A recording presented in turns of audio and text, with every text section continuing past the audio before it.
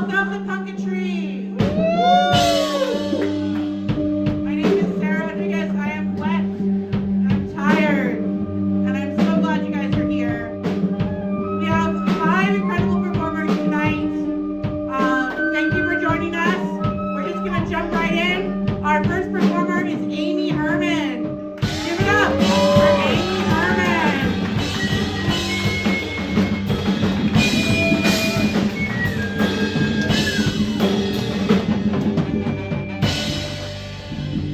Oh no, I can't see.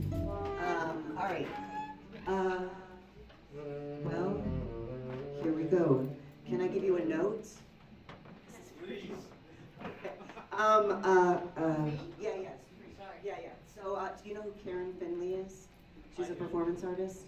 So, like Karen Finley, and then if you don't know who Karen Finley is, kind of like, obviously punky, and then like unexpected, and then like feminist, and then chocolate covered. You got that? All right. I'm gonna go over here. So Punky, don't forget chocolate covered. Punky, don't. I know that's weird as a fan. Okay, let's do this.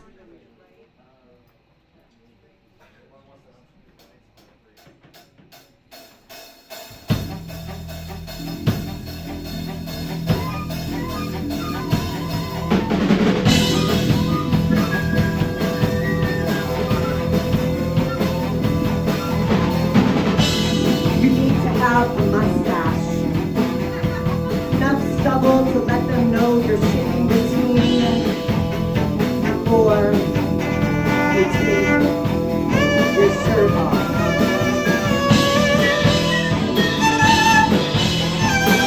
You need to have a voice deep enough to announce your testosterone levels.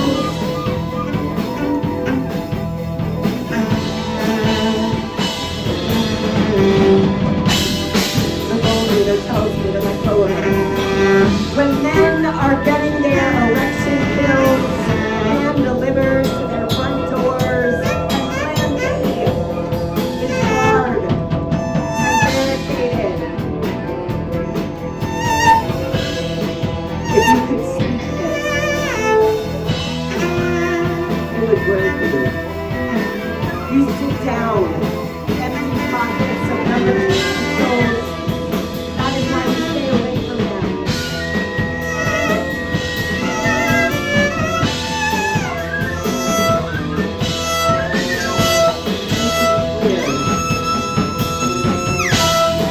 You need to be masculine. That's wrong. Not to. To look just like them. So they recognize you.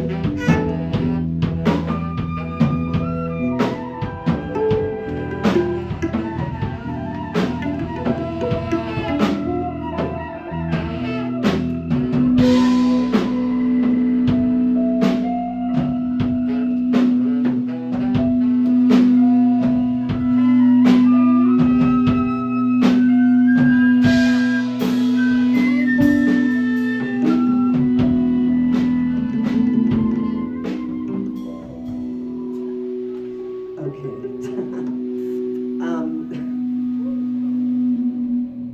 This is here's my note. Here's my note. Have you ever been inside of a breakup? It's very sad. It's very sad. That's what I need right now. Kind of quieter, a little bloody, and also chocolate covered because I like to bring food in. Dear Death, I watched you when you walked in the poetry reading, in your corduroys and curious, heat-stained teeth marks. The word freckles not quite mysterious enough, cadence of don't care, but it crawls all over you. You will never catch your breath. Dear love. Black velvet painting found in thrift store in the back where you know no one wants it. No one needs this. You weren't even looking for it. Cash in your wallet, rent is due, and you can barely afford the water you slip beneath your tongue at night because it challenges your acid reflux, and you never feel prepared for this sort of thing. This freezer burnt umbilical cord to your lungs. Who told you you should want this? Who told you you should want this? Who told you you should want this? Calendars are not matchmakers. Dear Death, did anyone ever tell you you resemble an elephant now? How many knots do you know how to muddle? Can I wrap my yesterday around your December? The way you wear that clock of claustrophobic makes me want to vote you into Congress, dear love. When I was in 7th grade science class, JV threw a 3-piece dissecting me at me and called me a screen door, called me barely girl, called me so flat like roadkill, called me a never long enough hospital visit. Later, the adults translated this as love. When he pulls your hair, pulls you down, draws blood, sends you screaming down halls, hiding beneath windows, watching what you did to ask for this. Are we asking for this? Dear Death, I've never seen you look so good in lace. Dear Love, never mind. Dear Death, you look so good in the movies. Dear Love, stop asking me if that was my orgasm. If you have to ask, and it probably wasn't. Dear Love, dear Love, dear Love, dear Love, dear Death. Dear that meal somewhere in between, too spicy to understand what organs do, too bland to look up the fine print. Everyone can for you to pick a side. There is no in between. If you want to be seen, there is no in between. If you want to be seen, there is no in between. If you want to be seen, there is no in between. If you want to be seen. Dear terror, dear tunnel vision, dear too much too soon, dear this will never end, dear not sure I understand why, dear how to romanticize the end before it begins. Dear you always had a difficult time committing. It will never work out until you allow yourself in. Dear, I never asked you. Dear, I need you to leave. Dear, I changed my mind.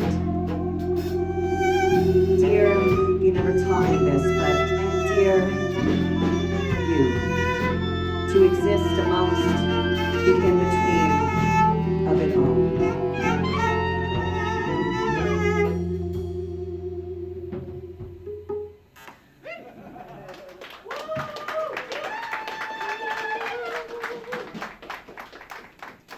Okay, my notes are suspense, Twilight Zone, heartbeat, panic attack.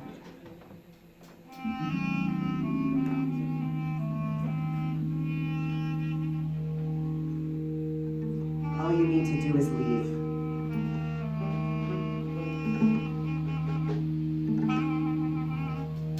Wrap apprehensive fingers around doorknob and just turn. All you can focus on and what waits for you on the other side. An incorrect pronunciation of your syllables. The fog of misconceptions. You are a language no one seems to know yet. Or you're asking too much to be seen. On a day similar to this one, you calculate ma'ams from morning to night. Apartment to library, 1.3 miles, 6 ma'ams. Train to dog park, 0.3 miles, 1 ma'am. Hardware store, ma'am, ma'am. Farmer's market, miss, ma'am, ma'am. Grocery store, workplace, bank, cafe. cafe, laundromat, grocery store, bus driver, family member. Each time, body begins to cramp. A crooked staircase, a falsely accused slab of breath. What is that gadget that lets others know how to properly address another? You begin to wear a pin pronouncing your pronouns. Ugh. You paid a quarter of your paycheck to a stranger to cut off your hair so you can make sense to others. What the fuck? Loose clothing to confuse the hips. Is that enough now? Sometimes you pack a secret between your legs. Sometimes you curl your voice into a full beard. You're told that your surgery developmentally damaged the young people in your life. Keep it in. No one needs to know. Hide the bandage, the bruising. No one needs to know. Stop addressing your trauma as though it is your own. It belongs to the past. Visiting hours have concluded. Just walk like you know you can. Just ignore that they don't see you. At least they see you enough to misread you. Stop complaining about words. You're still here. Be enough. Anyway, have you considered trying to leave aside? It's so much easier that way. For them.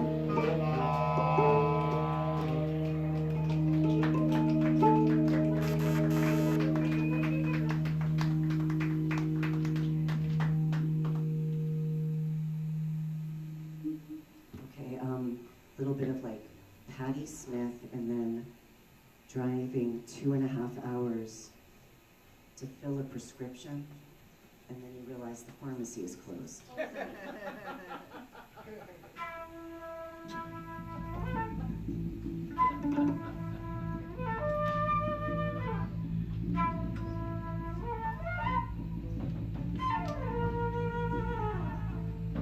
You call my body female, but only when you want to take something away. Where are you when our bodies are stolen? And we spend entire lifetimes trying to stitch ourselves back together just to inhale. You only seem to be in the room of our bodies when you're creating laws against them.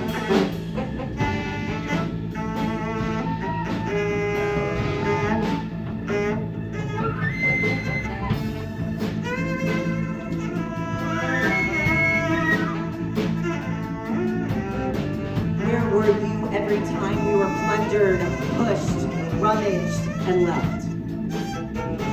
We carry mattresses on our backs because of all the times you learned a piece of us in the springs. Dear men, dear government, dear Supreme Court justices, I want to read the footnotes to your oath because I am watching you set equality on fire. We have been fighting since the moment you were lawfully required to allow us in the room.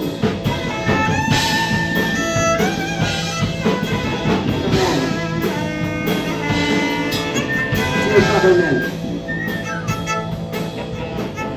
dear Supreme Court justices,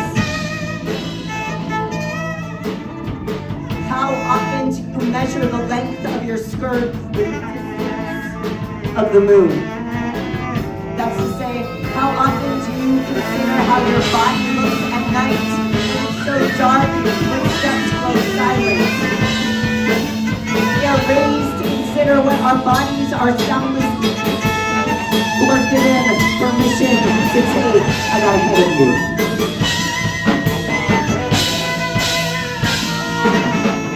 Dear men, dear government, dear Supreme Court justices, I broke open each of my eggs before you could get to them. I broke open each of my eggs before you could get to them. In fear of your hands, it's sterilizing our insides. So we place placards, no 2x4s, no titanium around all the parts of us trying to take. Hoping you stop trying. Dear men, dear government,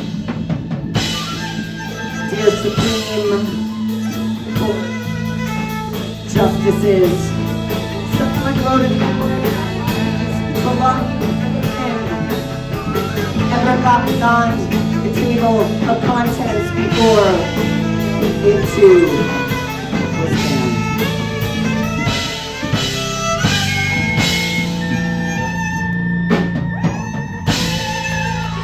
Thank you.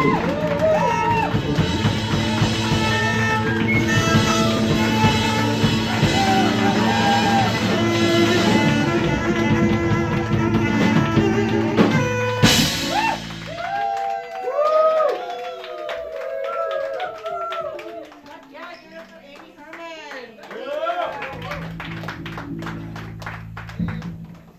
So, the band behind me is called Black Market Translation.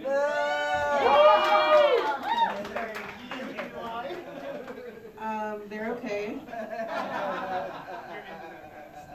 We do have lots of poets. Already 8 o'clock. We're gonna keep rolling. All of these poets have really great bios and pictures, and you can totally see those on the event. You know, do your own research. Anyway, next is the incomparable Cicada. Give it up for Cicada.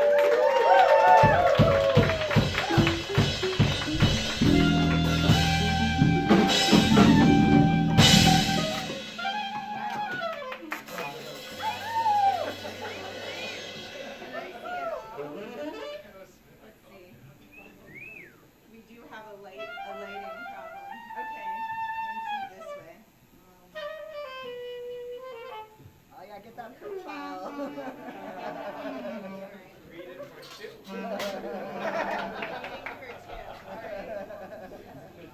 Okay,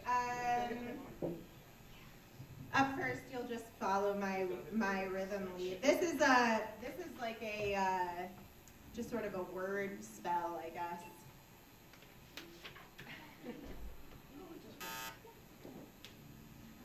Gold flares up regularly. She has her confidence delivered via crown and country. It's always been up to her to shine, her time to sparkle from within the dark cave of her life. Gold gets under the covers with a good book, insisting she'll emerge to get better later. She lights candles to show off all her good sides. She spends time in quiet meditation when she's got it right. Gold smells of melon skin before opening, boxes up her lovelies and lends them for her talismans. Gold knows she's never broken. She knows things are uncertain. The Libra scales drift before her eyes upon awakening, tilting strangely when she is woken from the dream she's always in. Everything around her should be gilded, every plant or rock or tree. Hers the power to call to shining, hers the call for glittering. She would never dare the night too white or silvery, hers the day, the earthen way, the ground she pounds. Hers the mountain's tokens, the golden vein, the rock so soft, and hers for hoping. That's her time to shine, gold's a choice, though she's forced upon to make it gold, a lady pledged to. Gold, devoted, birthed the Christ. Gold protects, encrusts, lends authority in haloed spaces. Her decisiveness, a judgment, all attention to the woven places. What if she picks up a pen to shape a word? What if she picks up a pen to shape a word? The lady lends an ear to suffering. Her gilded amulets, the ocean's swollen strand, a poem, a wedding ring, yellow metal omen, in clouded aureole, the tiara that her blessings wrought. At home, her candles, at home her candles burn against the things she cannot solve.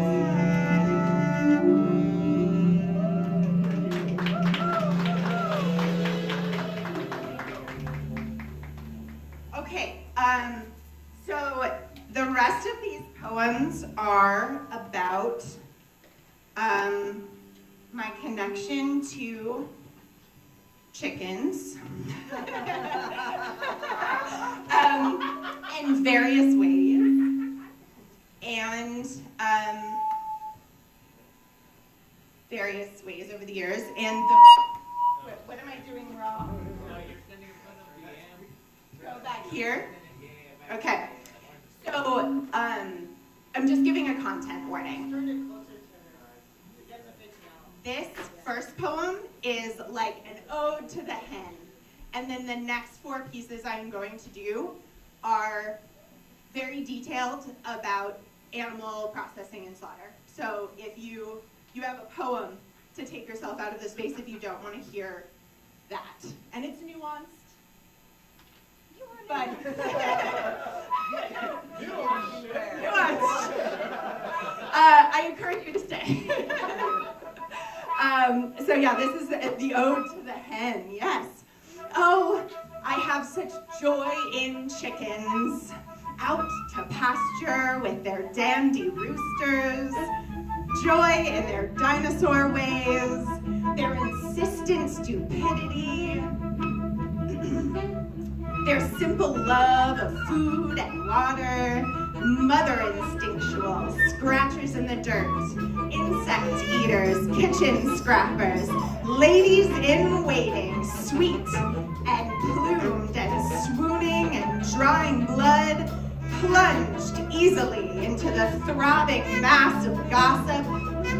Oh, chickens.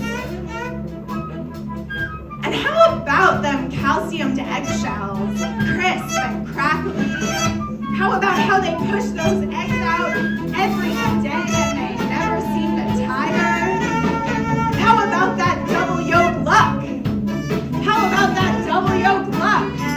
Our joy in beholding the sun in a shell, our guts' reaction to yellow, gratitude in egg yolk, such sweet nostalgia, such impassable souffle without the egg, such tense frittata. Oh, the culinary alchemy of albumin. Oh, companions, I find such joy in your little bright eyes, clear and cool, your scaled shapes, talent feet, so deft, so delicate, in your jewelry,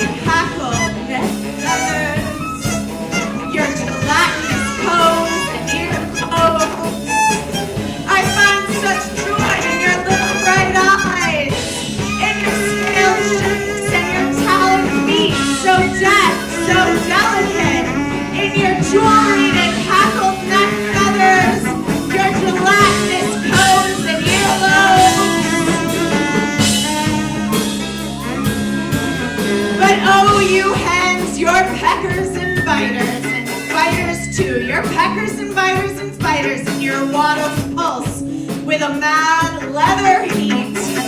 And we are all just animals after all.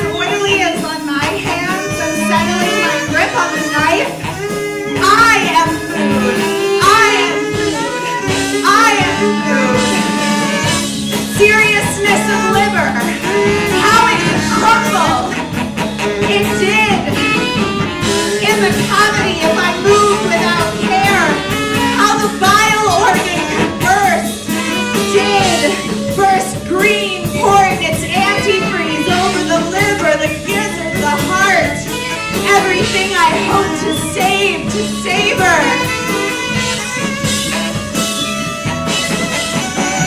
Now it goes into the rainbow of the gut bucket. I am food. I am food. I am food. How to be happy on organs and apples. Give me shallots and these chickens' hearts. Carefully, the creamy meat of the rooster's testicles, sauteed so lightly with garlic. I am an eater of food. I am an eater of food. I am an eater of food. Allow me to open the silver heart shop with one swift knife stroke. The muscle of the gizzard parts darkly. Let me peel this textured bag filled with rocks and grass and grain and bundle its contents into the rainbow of the gut bucket. I am an eater of food. I am an eater of food.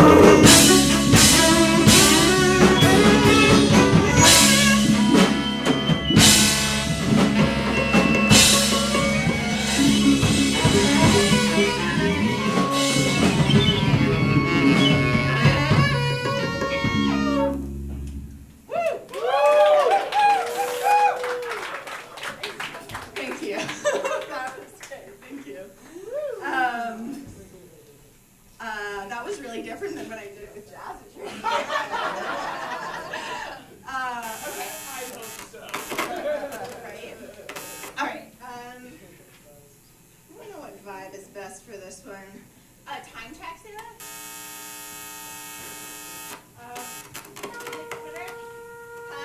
7 minutes. 7 minutes. 7 minutes. Okay. All right. This one's called Killing Big Red. Here's how killing a rooster echoes. This is just weird, maybe, just like the weird soundy one. Forwards and backwards. His feathers found in pockets. His blood in my friend's cup. His blood on my earth mother statue. His balls in a bag. In my belly. In my friend's belly. His heart in my belly. Digested. And in my very cells. Here's how killing a rooster echoes. The motion of the pithing knife in my body's motions. The motion of the slitting knife in my body's motions. His blood pouring out of him. My friend's tears. His blood over my hands. Like a time I barely remember, vomiting red wine into a college dorm trash can, the red liquid coating my hands. There's something here about these magic juices coating my hands. There's something in front of me, shining in front of me in some light. How can you describe an action that is like no other action? Sliding a knife through the roof of a bird's mouth. The wave of flush skin that comes after on the actor, the twist, the care to not slice oneself, the flinch of the bird, the ice on my cheeks. Now, as I write this later, my swollen hands, which worked hard today. A real rooster slid his spur across my palm, and I have a jagged slice to prove it. My eyes on patches of light, my skin in warm water, sounds from behind invisible walls. I bled out some roosters, eviscerated two. I will not become rust. I like setting up before it's really light out. I killed a rooster named Big Red. Big Red with my father's pickup truck when I was 7 years old. A truck, a rooster for my friend's voice in court to crow their power back.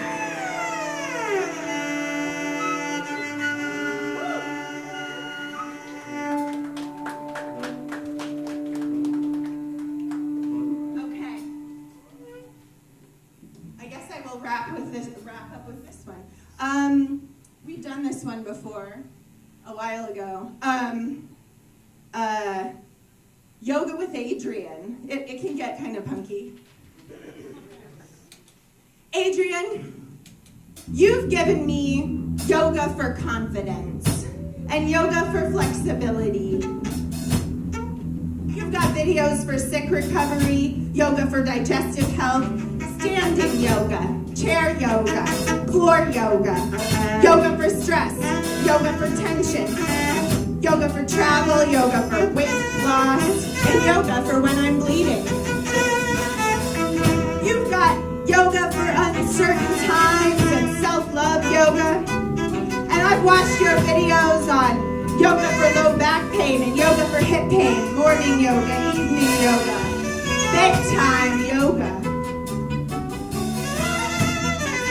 You've got videos that are great when crying in the morning. Yoga for crying in the middle of the night. Yoga for waking up crying. I've used your videos for post-abortion yoga, pre-abortion yoga, yoga for yet another abortion, yoga for wanting a baby, yoga for not wanting a baby, yoga for afternoon nap time. I watched your morning censoring yoga videos and get ready for slaughtering 100 turkeys for other people's Thanksgiving dinner. I'm looking to you, Adrian, to be my spiritual advisor and guide in all these ways. So if you could, real quick, just do up a little 15-minute video on post-slaughter flashbacks. There's blood on my hands. Recovery. That would be great. Thank you.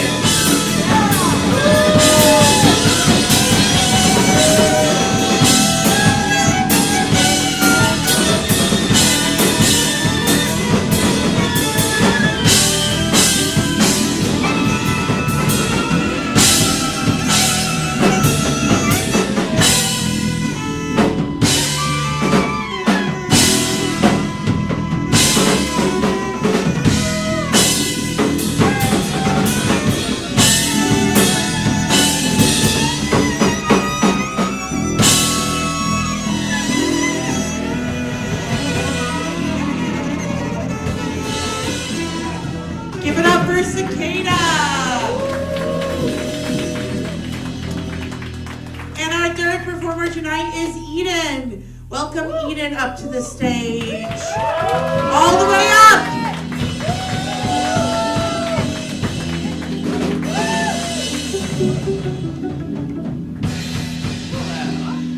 I have to like eat this, right? You have to like shove it. Can you guys play something that's like bossa nova-y, like you two? And then you guys can just fuck it up. That's most of the dynamic.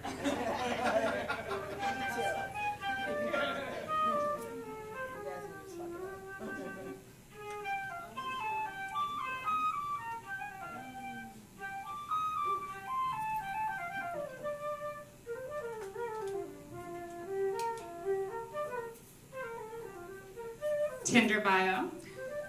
Funny and talented genius seeking someone to explain the flow of capital like I am 5. A warm, leaking artery seeking one to cauterize a wound.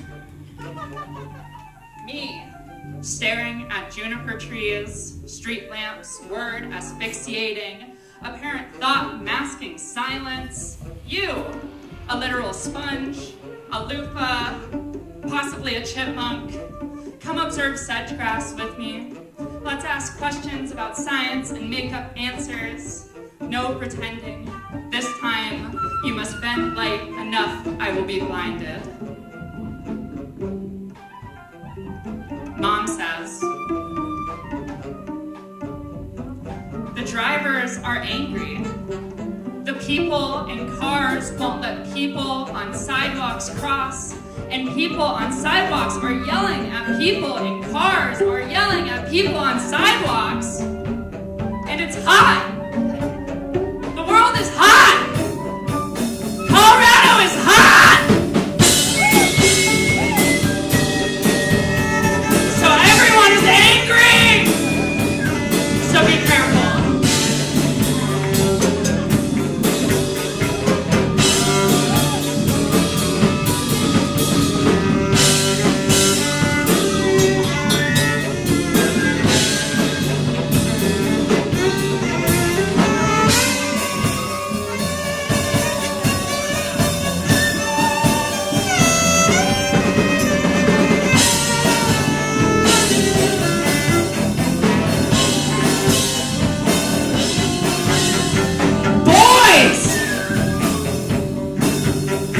Y'all make faces while I sleep. Force dreams in the back seats of cars. You outline my improbability, wavering between a lost cause and a haunted pavement. You are the same 3 a.m. bars, status quos, smugness standing on pinnacles, my feet barely lodging. Y'all aren't even looking at me. Looking at the river, you're joking about something half-assed. The improbability of a sentence, I-L-O-V-E-Y-O-U. Or I want to get out of this fucking town. Why do you speak to me as if I'm obvious? As if the size of our raft is obligatory. I only wish to heap tenderness on you, so I am lost, confused as a slipped syntax. Like I don't know the subject, like to object is ridiculous. Read the world and found it worthy of sympathy. I am so tired of asphalt. God, once I saw you in the park playing basketball alone under a mortar window. You were gorgeous. Once I saw you sullen on a sidewalk, our eyes collided while I drove away. I thought to stop, but what could I say? Double Agent Dyke laughing improbability, my strange wording.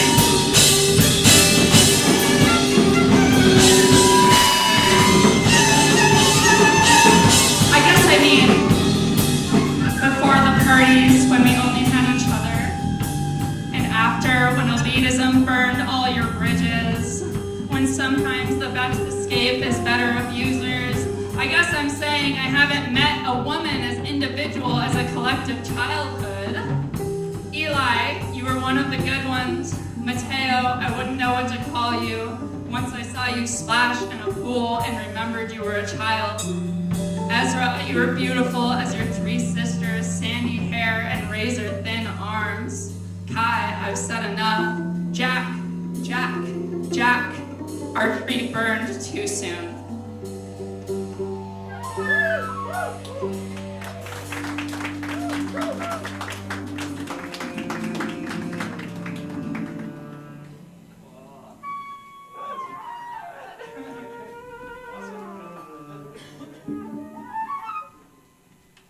Okay, can you do like the vibe of like,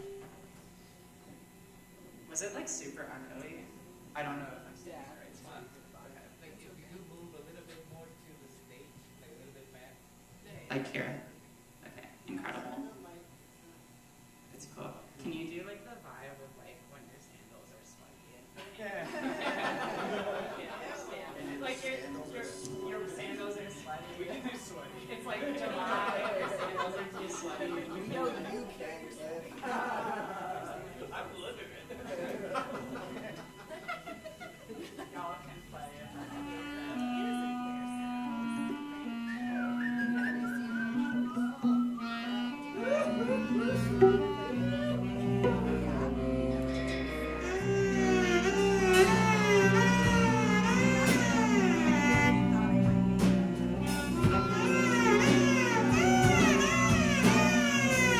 Pills. I take pills. A gauntlet of pills. Titty Skittles, God-forsaken spironolactone, my snug little friend progesterone. I take vitamins, then magnesium big as my throat. Bupropion, citalopram, then propranolol for panic attacks. Once I got herpes and they gave me antibiotics bigger than my throat. Then pills for migraines, Zyrtec, my little anti-hysterics. Not as many as some, but a gauntlet. A little walking apothecary for the sake of sun on my skin.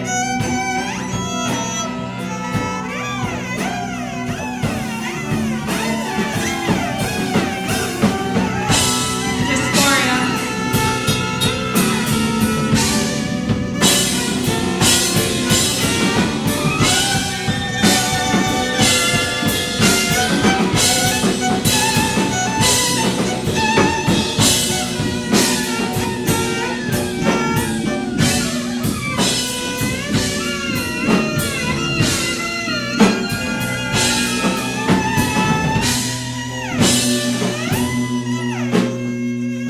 Dysphoria. I watched my friend puke her estradiol, her Spiro, her SSRIs. I held her hair back while she picked between her teeth, while she prayed for another version of her. I kept her on her side while dribble that was broken clocks and not knowing where we're going anyway spilled from her mouth. Well, anyway, and more anyway spilled from her mouth.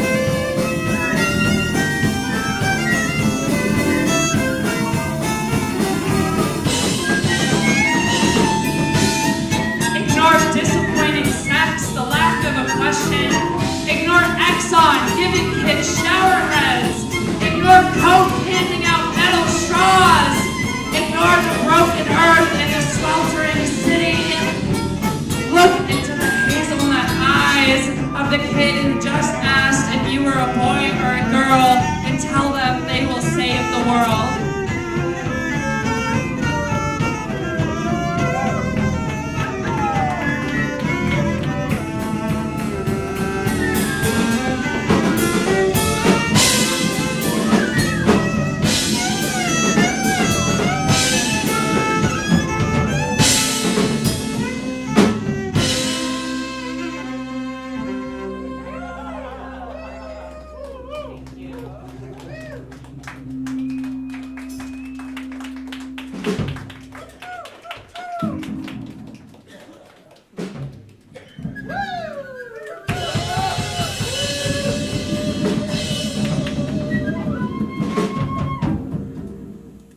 Give it up for Eden. Yay, Eden! Can we do a quick commercial? Yeah. Next Wednesday, we're doing a punketry at Priz Magic in the Colorado Mills Mall, where with Nancy Stallman and Eli and our friend Garrett, and there's gonna be an open mic after it too. And we'll be at the Ward Church on Saturday, and we got new T-shirts. And they're very, very iffy on the police.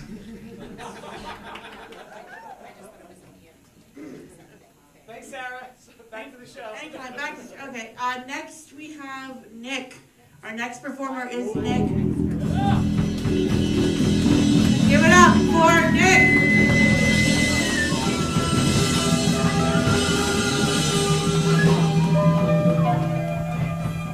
So I am once again the asshole who brings prose to a poetry reading. It's nothing more punk than that, right? So what I want, the vibe is we're celebrating, but it's kind of scary, and there's always the threat that it will end very badly. I've got a number of friends who got jobs as full-time college professors this year, and I wrote a piece fucking years ago. Some of you may have heard it at the F-Bomb, How to Survive It as an Adjunct. This is its sequel, like 13 years later, How to Survive as a Full-Time College Professor. So, you've done it. You've roped a unicorn and got hired for a full-time college professor job. All of that hard work and those years of eating shit as an adjunct are behind you now. Except for that pesky sword of Damocles called probation hanging over your head.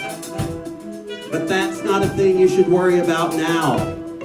That's for the late night hours when you also can't do fuck all about it. This is about survival, and you are going to need all the help that you can get.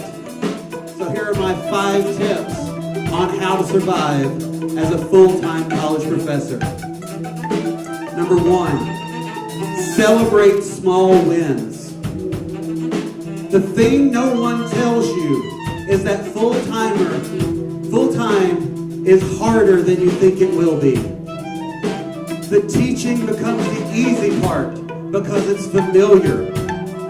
Little else will be. And you'll quickly learn that full-time faculty get their asses kicked all the fucking time.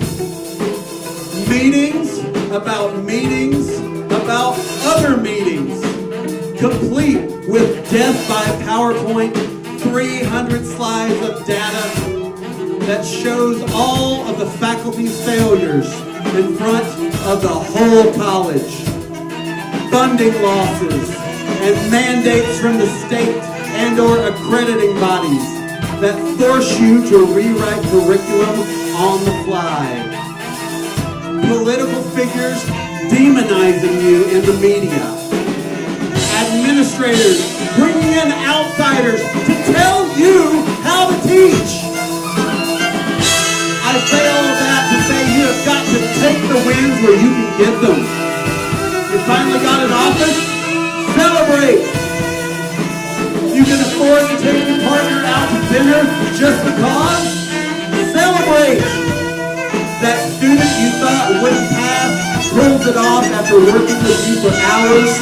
Celebrate that shit. You're going to have a lot of losses in this game. So be sure to celebrate the good things you accomplish. Number 2, don't say yes to everything.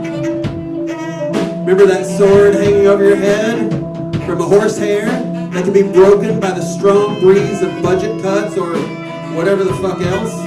Of course you do! How could you possibly forget it? Just dangling above your head, razor sharp, ready to drop at any moment. It's going to tell you that you need to take every opportunity you can. Build a rock-solid case for getting on probation. There are 5 dozen more committees than you ever realized, and they all need faculty. You've heard about this nebulous service. And no one's ever given you a straight answer to how much is enough, and definitely not to how much is too much. Your survival instincts might tell you, say yes to everything, but that is the wicked voice of a fucking demon. That seductive call to make yourself invaluable, a slam dunk for coming off probation, will make you volunteer for all kinds of shit. Most of it will just suck up your time. So choose carefully. 2 phrases you should memorize when someone asks you to join anything. What's the time commitment? And let me talk to my supervisor. Learn them by heart. Rehearse them on the drive to work if you have to, but make them as automatic as breathing. You will have to grade at some point. And eat, sleep, spend time with the people who matter to you, etc. No might be a little strong, but tell me how much time I have to commit and let me check with my supervisor before I tell you yes or no will save your fucking life. 3, recognize that you are a badass. Here's a not secret about academics. All of us, every one of us, have imposter syndrome. Okay, there are a few that don't, but these are all clinical narcissists and sociopaths, and most of them will be a vice president of something or other eventually. But you, no doubt, are feeling out of your depth, surrounded as you are by colleagues who were perhaps your mentors and are now your peers. You might feel a little bit like you found your parents' graduation robes in the closet and are pretending to be faculty in clothes that feel way too big. They've been doing this for decades, and you've managed to con them all into thinking that you're one of them. You're terrified of giving the wrong answers to simple questions, of seeing your department chair look disappointed, shake their head, and scribble in notes to themselves. Fire this idiot. But those feelings are wrong! The reason these jobs are hard to get is because competition is stiff, and you wouldn't have gotten a role if you weren't already a badass. Yeah, you got lots to learn, but learning is a thing that you are good at, or you wouldn't be here. You're going to make mistakes because that's how we learn. And here's something that absolutely no one talks about. Those colleagues who've seen it all and know the job better than you ever think you will, not one of them is convinced they can get the job again, excepting our future VPs. We're all convinced that the stars had to align just to allow us to catch lightning in a bottle and all those other cliches that one uses for being the winner out of dozens of other highly qualified candidates. Imposter syndrome is a load-bearing wall of academia, supported on either side by bookshelves and malfunctioning printers. It also keeps us humble because we know we can be replaced even after the sword of probation comes down and is put back in the armory. Number 4, let your freak flag fly. Despite the best effort of our administrators, administrators, the full-blown corporatization of academia has not yet succeeded.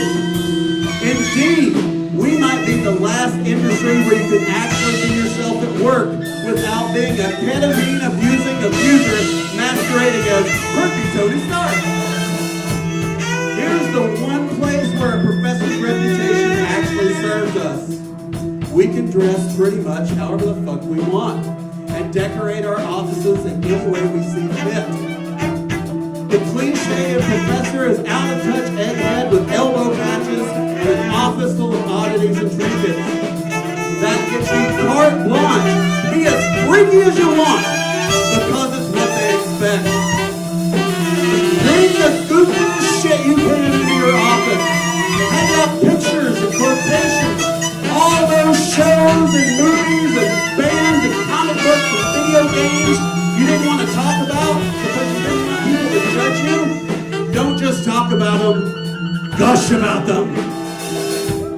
After all, what other job could you ever have that could possibly be more nerdy than the one that you just got? Here's your opportunity to confirm the stereotype for once. You can even still do the formal things, suit, tie, with a twist, like wildly colored ties or wearing one of your favorite t-shirts under a sports coat. Wear stickers and buttons and pins for black market translation and whatever else your heart desires. If everyone expects us to be loopy or loose freaks from outside the real world, then we shouldn't disappoint them. Number 5. Lean on your new colleagues. Remember that imposter syndrome talk? Of course you do. It's just a few minutes ago. Well, the same people that you might think will judge you for not knowing things still remember what it's like to not know things. Yeah, some of them will be assholes, as seems to happen whenever you get enough humans together anywhere in any particular context. There goes the airflow. However, the majority of them got into this gig for the same reason you did, to help people learn. And professors are really just advanced students. You don't believe me? Look at any faculty meeting. People show up late and leave early. They have loud side conversations that have nothing to do with what the presenter is saying. They are on their phones all the fucking time. They ask questions that have already been answered and make every question about themselves and their ultra-specific situation, regardless of context. Now that we've established that connection, like many students, we want to help each other. That doesn't mean all advice is equal or that everyone is a good resource, but most of them will at least be good listeners, and sometimes that's enough. Or they probably know someone who can be a good resource. The best professional development is just talking with other teachers, sharing problems, and how you deal with them. They don't have to be in your department because student behaviors, and let's face it, professors' behaviors, are pretty much the same everywhere. Leaning on your colleagues will not only make you new friends, it will build connections across the college and make those endless fucking meetings far more bearable. Disclaimer: your mileage may vary based on particular academic situations. The sword of Damocles could fall. Perhaps your chair is a fuck and you were hired over their explicit objections. Perhaps another member of your department really is out to get you. Academia is filled with fucking crazy people, but that shouldn't be news by now. You might be the victim of budget cuts, or college realignment, or the Department of Education being overrun by people even dumber than monkeys on methamphetamine masturbating in their own shit.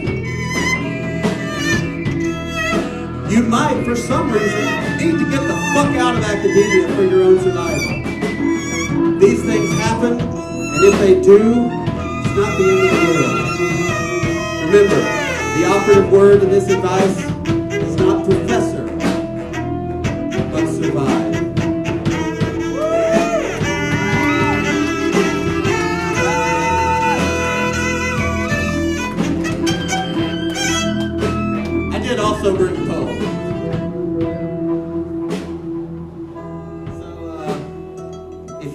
know Dune, the vibe is Butlerian Jihad.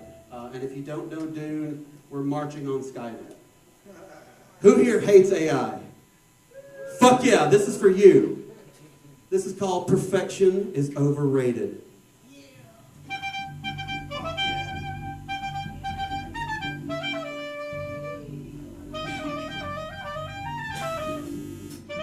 Perfection is overrated.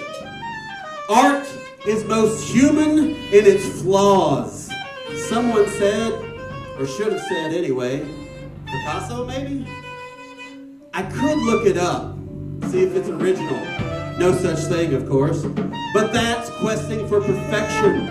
And there is nothing more dull in this AI-generated world than perfection. Perfect grammar, perfect syntax, perfect spelling, a perfect approximation of a machine whose very design is imperfection. Perfection is dull! Show me your flaws! Modern analyses show that many of your super popular songs of yesteryear, your Led Zeppelins, your Beatles, your Rolling Stones, your Jimi Hendrixes, Van Halen, Black Sabbath, Black Crowes, Black Market Translation, and their millions of imitators didn't. Oh, wait, the beat!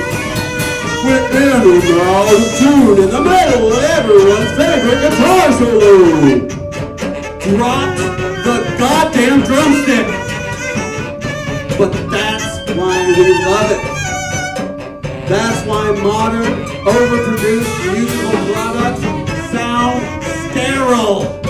Because perfection is boring.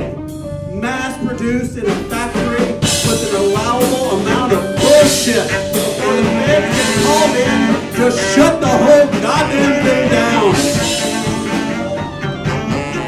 Humanity is perfect in its imperfection. Someone said, or should have, Dostoevsky maybe? I look it up, but I'm trying to perfect being imperfect. Embracing the fact that it's entirely possible to go flying right over the edge, crash, and burn. But AI won't let you down like that. AI is prefect. No. Post-fact. No. Post-fact. AI is post-fact. No. AI is perfect. AI is perfect. AI is perfect. AI will save us from ourselves. Just ask the benevolent overlords at Skynet. AI will talk to you when you're lonely, to fill the void of too much choice, too many songs, too many movies, too many games, too many news stories, too many everything.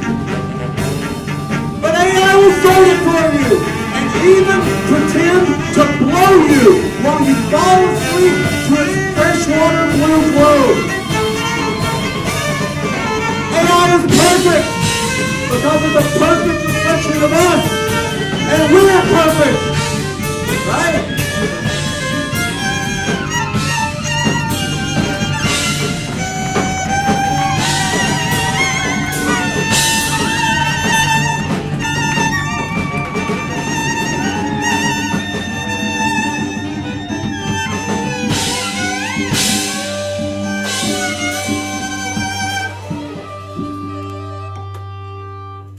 Thank you, Nick.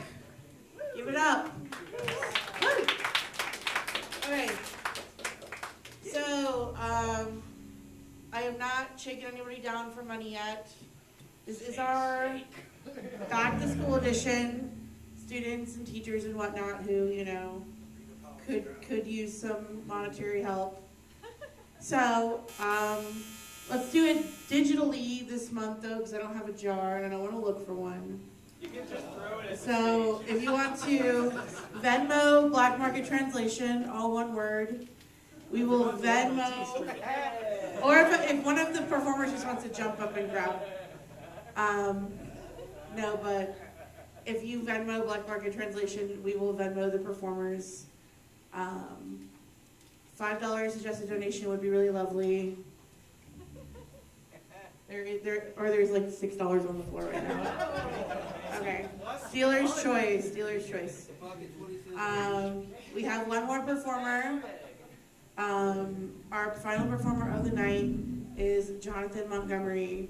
So please give it up for Jonathan. Give it up. Watch out. Just like in rehearsal.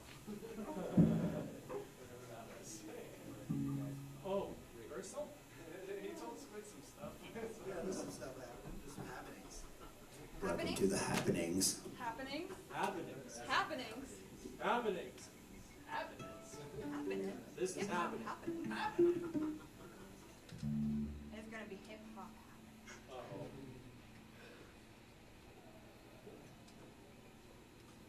Our friend Diesel.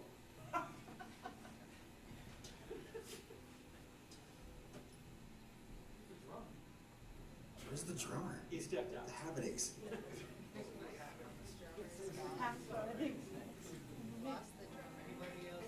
Anybody put a freaking bell on him, would you? Oh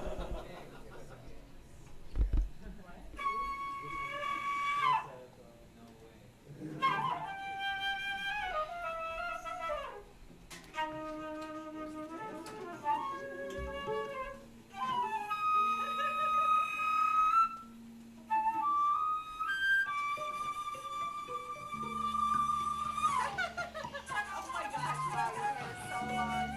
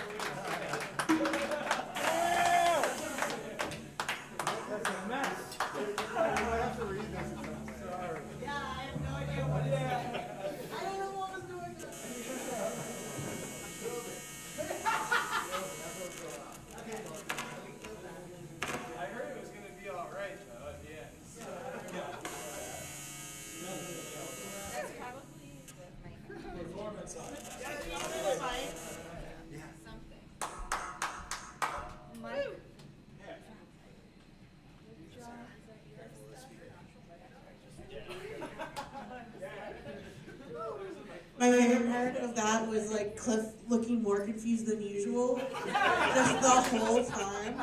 We don't know what it said. I really want to know what it said. Okay. So, to sum up, please Venmo at Black Market Translation. There's a show on Saturday at Ward for someone's second 40th birthday. And if you want to go to the mall on Wednesday, Punketry will also be there at Prismagic, Colorado Mills Mall. It's Wednesday. It's Wednesday, right? That's my, I don't know, is it? It's Is- my birthday. Yeah, Wednesday. Yeah. It's your birthday? On the 3rd, yeah. Okay. I don't know if I'm planning on coming. Okay, it'll be your birthday regardless. Yes. Okay. It is after 9 o'clock. The mutiny is closed. So we're gonna get going. You should get going, and we will see you next month. Thank you so much for joining us.